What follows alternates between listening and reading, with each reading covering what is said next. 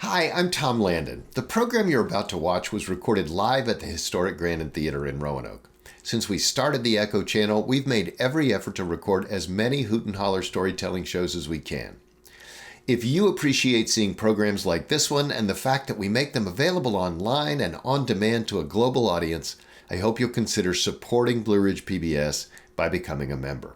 These programs aren't cheap to produce, and we're actively seeking underwriting to support the recording, editing, and distribution of Hoot and Holler so that we can continue to make these heartfelt and personal tales available to those who are unable to attend them live. If you'd like to learn more about sponsorship, please drop me a line by email at tlandon@blueridgepbs.org. And enjoy the show. Blue Ridge PBS and Echo present Hoot and Holler, a live storytelling event recorded at the historic Grandin Theater in Roanoke, Virginia. Bill, bring me a robe, I hear as I see my naked mother in curlers cross the front door with its sheer curtains. Ding dong. The doorbell rings and there stands the scoutmaster to induct my mom as the new den mother. No apologies. Southern moms make no apologies. I grew up with the single-handed hurricane of a mom who taught me the power of perseverance and how to be comfortable in my own skin. She was so full of spirit and never shied away from a challenge, like the time she entered the Roanoke Chili Cook-Off and built a huge stucco booth that wouldn't fit into a pickup truck.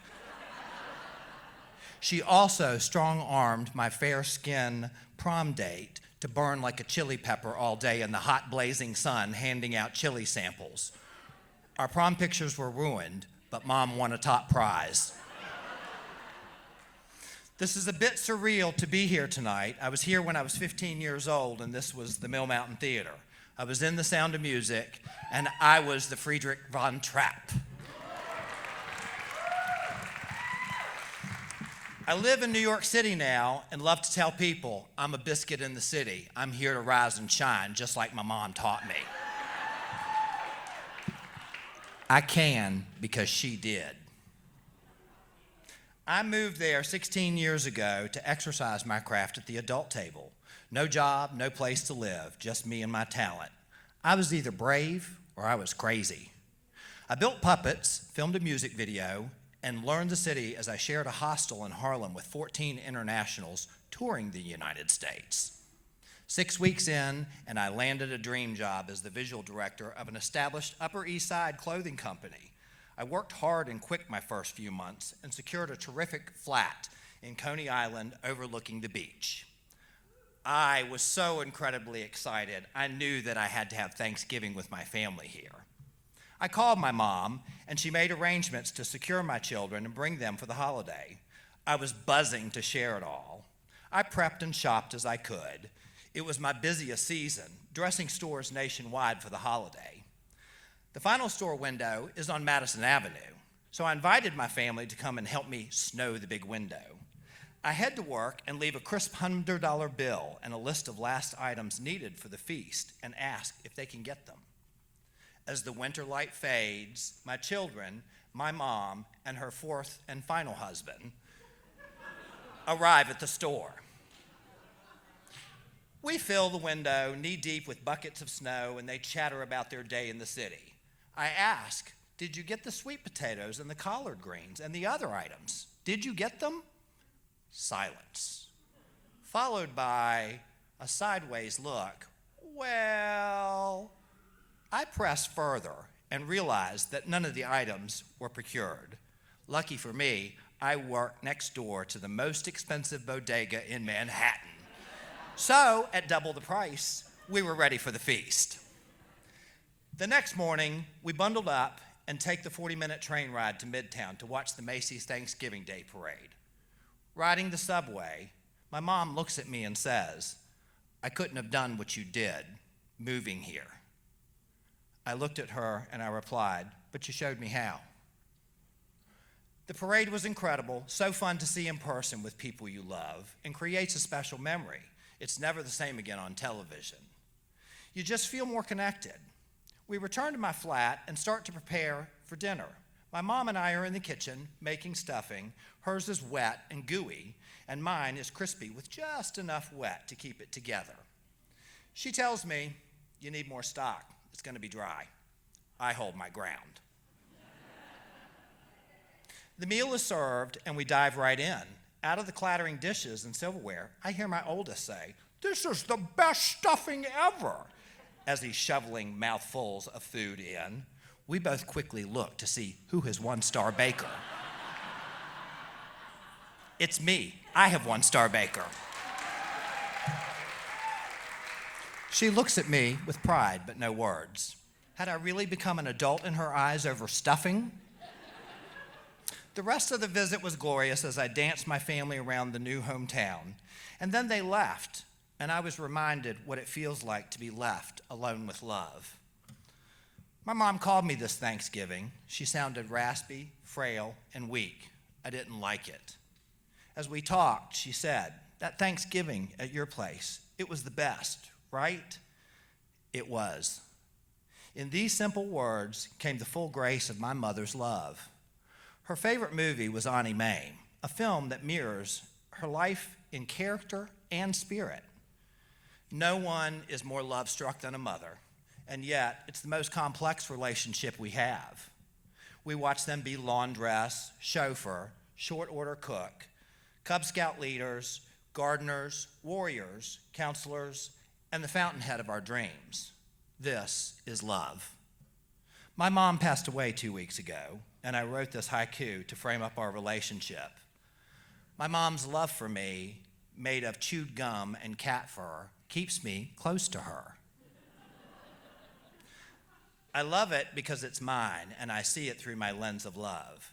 So now, for the first time ever, she'll have to sit quietly while I say a few things about my mom, Miss Ellie Dwayne Thomas Bond Perrymore Britton Pearson.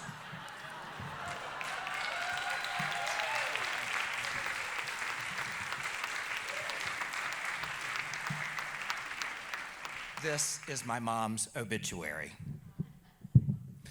Life is a banquet and most poor suckers are starving to death. Auntie Mame. Dwayne ate and left no crumbs. Born to two loving parents in Roanoke, Virginia, Star City of the South, our young heroine enjoyed horseback riding and the fellowship of a lifelong friend that would become the yin to her yang. She married young, moved to Texas, and started a family with her pilot husband. 2 children were born, a girl and a boy. 2 tours in Vietnam helped end the marriage. Lots of smoking. As a newly single, smart, well-read, independent, and talented woman, she worked her skills as a secretary for many organizations, including the Roanoke Valley Rebels. More smoking. As a single mom, she jumped right in, sewing cheerleading uniforms and making costumes that were Broadway ready. For vacations, we camped and we swam our summers away, teaching us how to use our resources and navigate the world. She cooked exotic foods and opened doors full of possibilities by supporting all of our endeavors. Dwayne could hustle. She hustled right into organizing and managing all the volunteers for the Roanoke Centennial Year celebration, always including her 2 unwilling children. A fresh second military husband and a move to Germany gave her the opportunity to travel and become more sophisticated in her style and taste. She made us eat curry. Years later, her mother developed Alzheimer's, so she returned to Virginia. The move strains the marriage and leaves our heroine single again. Lots and lots of smoking. She becomes a bank teller and meets a new love. They marry, and he sweeps her monthly to Tennessee. More camping and car smoking. The third marriage ends. She rebrands and becomes a top-rate salesperson with her epic gift of gab. She could sell anything and did. From clothing to chemicals, she mastered the art of being a tough broad and one The lady who could hold her own anywhere, high or low. More smoking. She was single with 2 teenagers, 2 aging parents, too many dogs, and a lot of grit. We held wild parties, and she knew it. She was the cool mom. All the smoking. Then, on a random day in a small bar, she met her person. The love they shared was special and true. It doesn't always look the way we think it should, but this one stuck and stood the test of time. And they smoked. They married and moved to Richmond. She used her fantastic eye for design to run several shops selling antiques. A job moved to San Antonio, and a stroke of brilliance, she designed, patented, and produced the Wheel Thing, a beach wagon sled made of blow mold plastic, owned only by an elite few.